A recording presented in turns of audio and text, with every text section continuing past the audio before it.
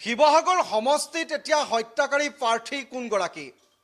নিৰ্বাচনীৰ বাকযুদ্ধ যিমানেই তুংগত উঠিছে সিমানেই এতিয়া আকৰ্ষণীয় হৈ পৰিছে নেতাৰ মুখচুপতিসমূহ।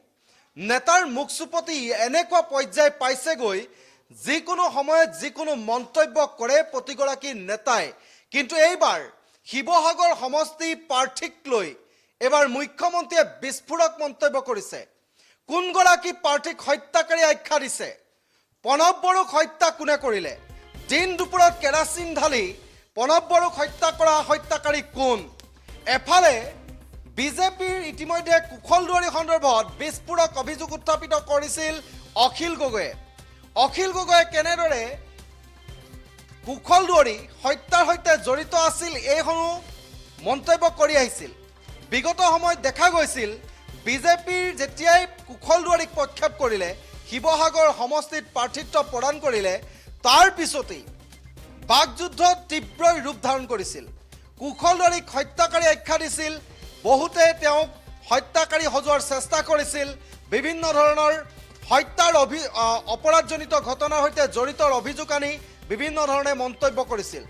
কিন্তু এইবাৰ অখিল গগৈৰ বিৰুদ্ধে বিস্ফোৰক মন্তব্য কৰিছে মুখ্যমন্ত্ৰী হিমন্ত বিশ্ব শৰ্মাই। মুখ্যমন্ত্ৰীগৰাকীয়ে কৈছে প্ৰণৱ বড়োক দিন দুপৰতেই হত্যা কৰাৰ মানুহজন হৈছে অখিল গগৈ। কেৰাচিন ঢালি কেনেদৰে জ্বলাই হত্যা কৰা হৈছিল, কেনেদৰে প্ৰণৱ বড়োক হত্যাৰ উচতনি দিয়া হৈছিল, এইবাৰ এই সন্দৰ্ভত মুখ্যমন্ত্ৰীগৰাকীয়ে বিস্ফোৰক মন্তব্য কৰিছে। শিৱসাগৰ সমষ্টি যিটো এটা ঐতিহাসিক সমষ্টি, উজনি অসমৰ সকলোতকৈ দৃষ্টি আকৰ্ষণ কৰা সমষ্টিটো হৈছে শিৱসাগৰ সমষ্টি। আৰু এইবাৰ শিৱসাগৰ সমষ্টিত অপৰাধজনিত ঘটনা অৰ্থাৎ হত্যাকাৰীসকলে প্ৰাৰ্থিত্ব লাভ কৰিছে নেকি?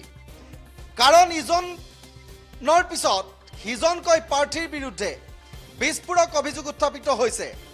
যি সময়ত বিৰোধীৰ ৰাইজ দলৰ সভাপতি তথা স্থানীয় কেইবাগৰাকীও কুশল দুৱাৰীৰ বিৰুদ্ধে গৈ কথা কোৱা বহু লোকে কুশল দুৱাৰীয়ে কেনেদৰে হত্যাকাণ্ডৰ সৈতে জড়িত আছিল, কেনেদৰে হত্যাৰ অভিযুক্ত হিচাপে এসময়ত চৰ্চা লাভ কৰিছিল, এই কথাবোৰ ইতিমধ্যে চৰ্চাৰ মাজতে আজি মুখ্যমন্ত্ৰীয়ে পুনৰ বিস্ফোৰক মন্তব্য কৰিলে।